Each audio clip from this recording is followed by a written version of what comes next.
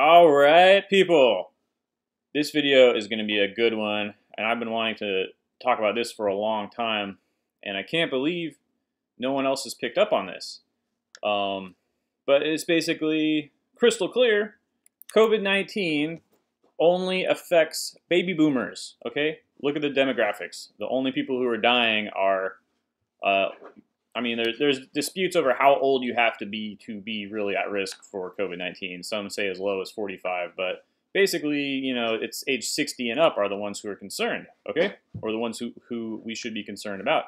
So COVID-19 is the thing that only eats hippies, as the Dead Milkmen song talked about. So a baby boomer, of course, because baby boomers are hippies, I have to explain that. Baby boomers are defined as being born between the years 1946 and 1964. So 2021 minus 1946 equals 75 years old. The oldest baby boomers are 75 years old. The average life expectancy for a human being in the United States is 78.4. For males, it is 76.3. So that means that baby boomers are just entering their, they're reaching the end of their lives, okay?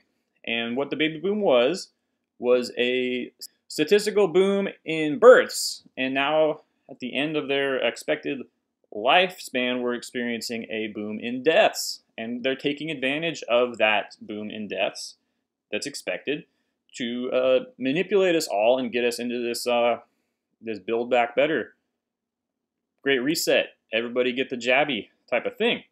And so I've been thinking about this a long time, and this is what I'm going to talk about for this video. So I got a graph I'm going to pull up here, and so in the red on this graph, this is the baby boom. All right, and the graph itself is looking at births per 1,000 people in the United States from 1909 to 2008, 100 years. So as you can see, the overall trend is down. And really the thing about the baby boom is it was a periodic reversal in that trend. Okay, so that's all it is. So the birth rate was higher the last time before the birth rate, before that, that the birth rate was higher than it was during the baby boom was right before World War I. Okay, so World War I is really the event that is defining our modern world. Okay, that was the end of that era, and that's what we're all living in now. So let's look at that.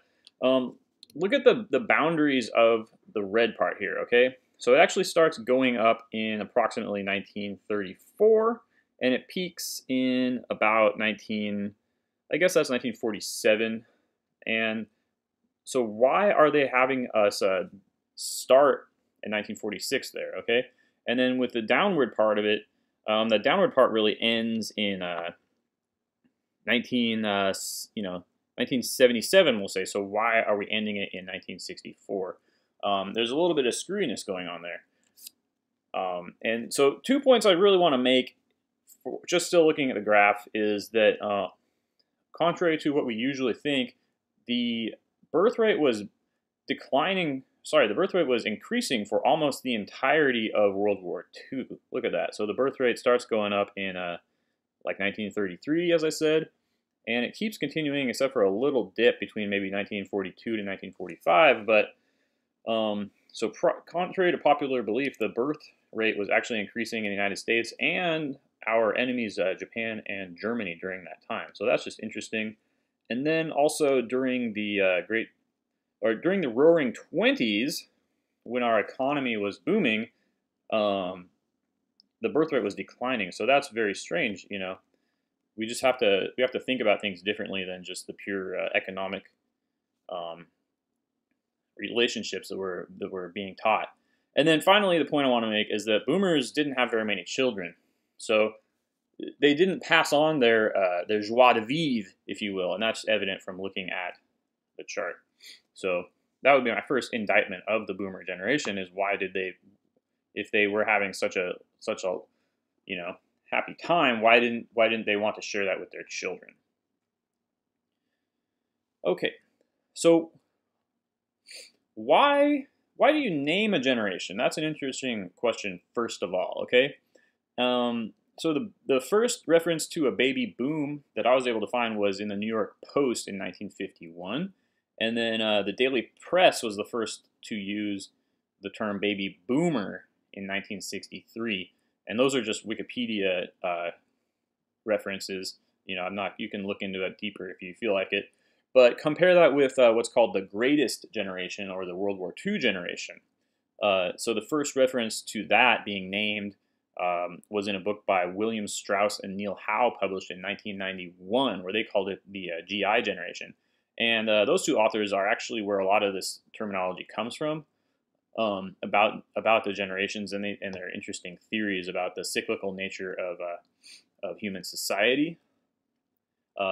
But anyway, Tom Brokaw wrote his book, The Greatest Generation, in 1998, that popularized the term. So the baby boomers, the boomer generation, is the only generation to be so rigidly defined.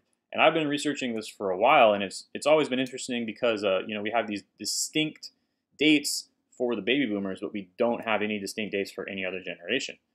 And of course, those dates are interesting. 1946. 64, that's a palindrome there. It's not 20 years, right? A generation is 20 years by definition. Well, one definition, but that's 18 years.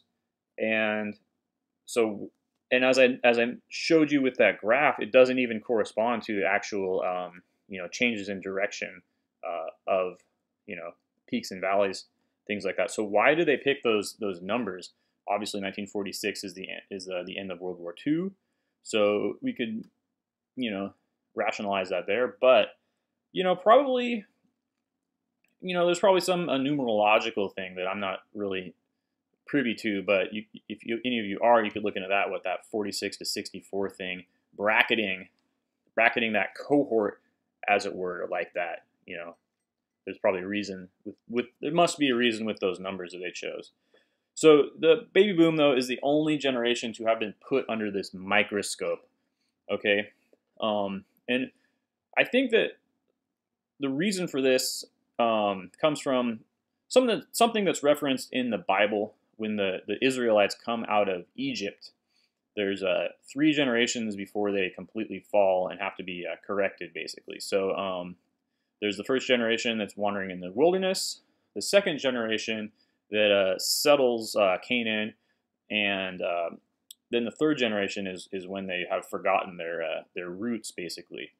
And this is just a pattern that's laid out in human history. There's other references in the Bible to this 3-generation kind of thing, but it takes 3 generations to completely lose track, basically, of who you are as a society, to lose the transmission from generation to generation. And that's pretty simply just because that's how many generations are going to be alive at any one time. Okay, we got the children, the parents, and the grandparents. And we have the word great-grandparent, but there's very few great-grandparents typically alive, right? So usually it's just 3 generations. So whatever your great-grandparents experienced and saw firsthand is basically gone by the time you're alive. And so with the generations that we have named now, the generations of the 20th century, the baby boomers are the 3rd generation after World War I. Okay, I mentioned World War I being the real break. Okay, so we had the greatest generation, and then what's called the lost generation, and then the baby boom. All right, and then after the baby boom, we have generation X, Y, and Z, which is not ominous at all, right? And then the generation before the greatest generation is called the lost generation. So that's, what was lost? The lost generation, as it's called, is called lost because so many of them died because of fighting World War I, and also because of the Spanish flu, which wiped out 5% of mostly young people. Contrary to all other epidemic, presentations, which tend to target the old, the very old, and the very young. So, and then the new generation after Generation Z, they're calling Generation Alpha. Just like hurricanes, when they run out of names, they go to Greek letters. So we're into a new era by design, right? We're 3 generations. We're in the 3rd generation with Generation Z, and the Boomers were the 3rd generation of their little cohort, and then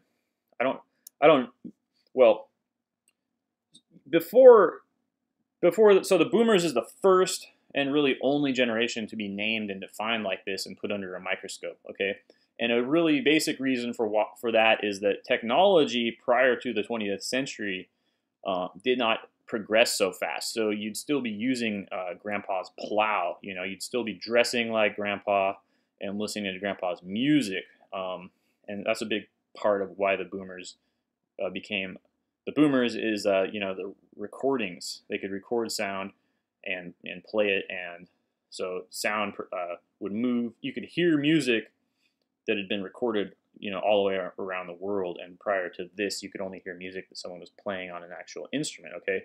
So this allowed the culture to progress, if you will, at the rate that it has now, to where, every generation has its own musical style. Every generation has its own clothing style. Even ways of talking are changing much more rapidly than they did. So it goes without saying that grouping people into named generations or named cohorts did not happen before the Boomers, as I just demonstrated. It didn't happen after the Boomers until like the 90s is when they started, doing this. Basically, they would say the generation of, in Shakespeare's generation, right, or Moses's generation. You'd refer to a certain person, but you wouldn't generalize about an entire group of people, expect them to all dress a certain way or have a certain hairstyle just based on what year they were born. Okay, this is unique. New to human history, basically starting with the Boomers. So what's going on here? Well, guess who else is a Boomer? The CIA. That's right. The CIA was born, if you will, in 1947. So the CIA is turning 74 years young today. Not today, this year. So that was the National Security Act. And of course, it was preceded by an organization called the OSS. But anyway, the CIA was, on its birth certificate, it's going to have the year 1947 for whatever occult purposes, And what does the CIA do? Well, the CIA conducts mind control experiments and psychological operations on the American people. So, from its inception, the baby boom, well, probably wasn't even like a pilot program. That's why I mentioned the OSS, Office of Strategic Services, right?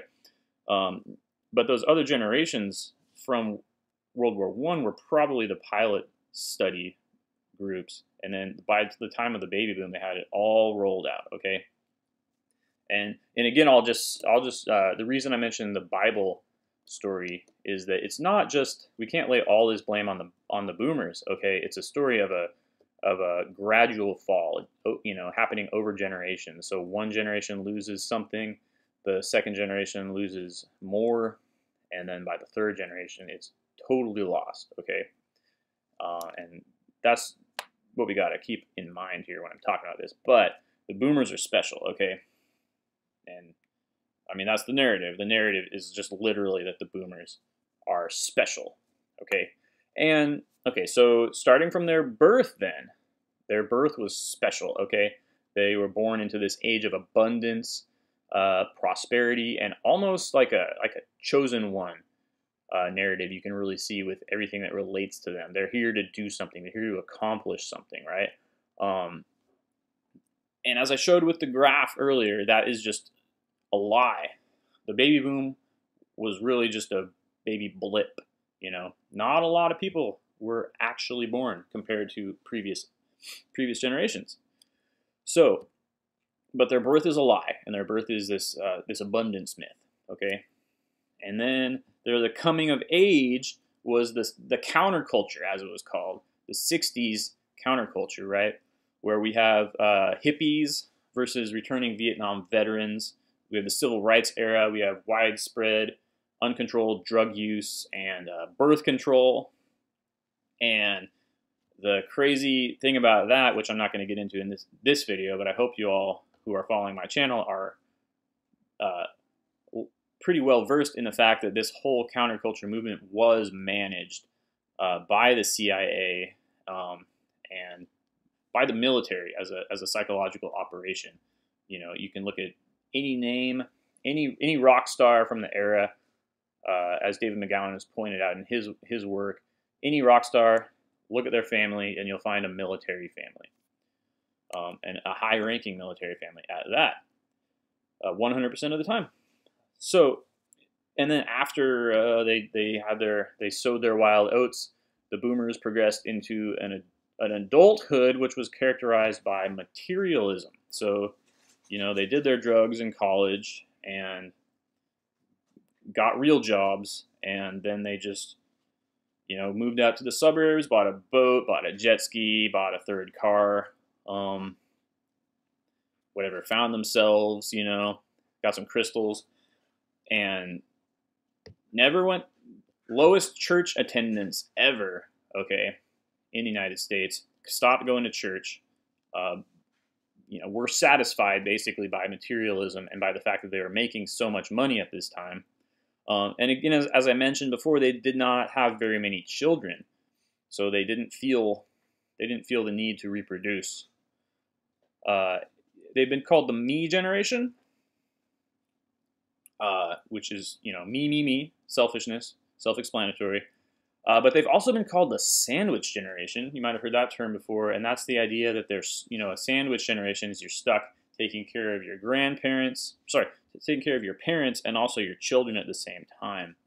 But that term, history has determined that it was a lie, because they didn't have very many children to take care of in the first place.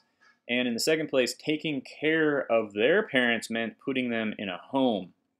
Okay, so that is what we mean when we use the term sandwich generation.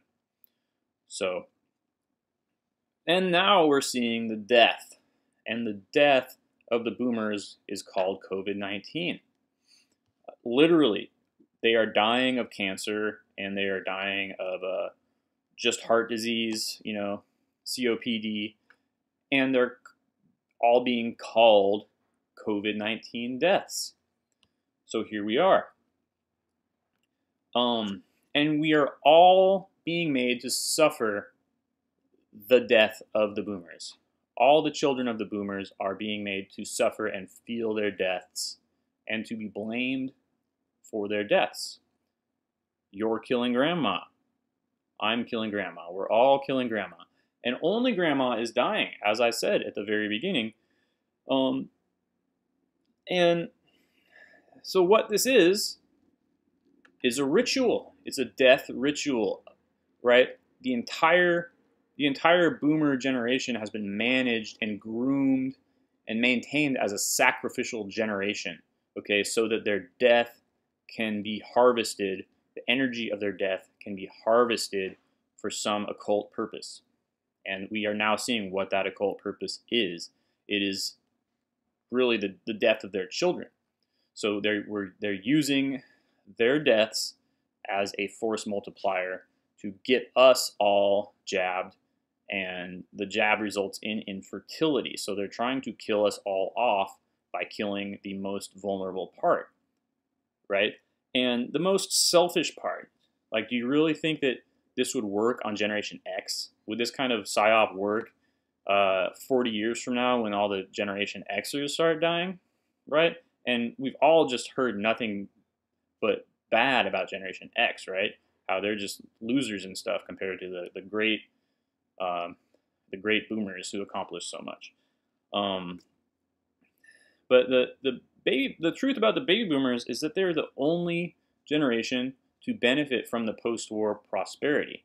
So think about that. The only generation to have their parents have GI Bills from World War II and be able to put them up in suburban households and experience that prosperity. By the 70s, the American economy was in such a tailspin that it's never recovered. The boomers, for whatever good they did, they completely failed to pass their wealth onto their progeny. They were the last generation to be able to put themselves through college, on and on and on. So why is that? But anyway, I wondered if the people who are younger than the boomers who feel the need to mask up and the need to get the jabby, I speculate that this is some form of a guilt, that we feel like we are disappointing our parents by not doing these things, right? Because at the beginning of the pandemic, this is what they're saying. They're saying, like, yeah, if you're younger than 65, you're not going to get sick, or if you do, you probably won't be symptomatic, right? But you need to wear a mask to protect grandma. That was the whole rationale. If you've been paying attention, you remember that.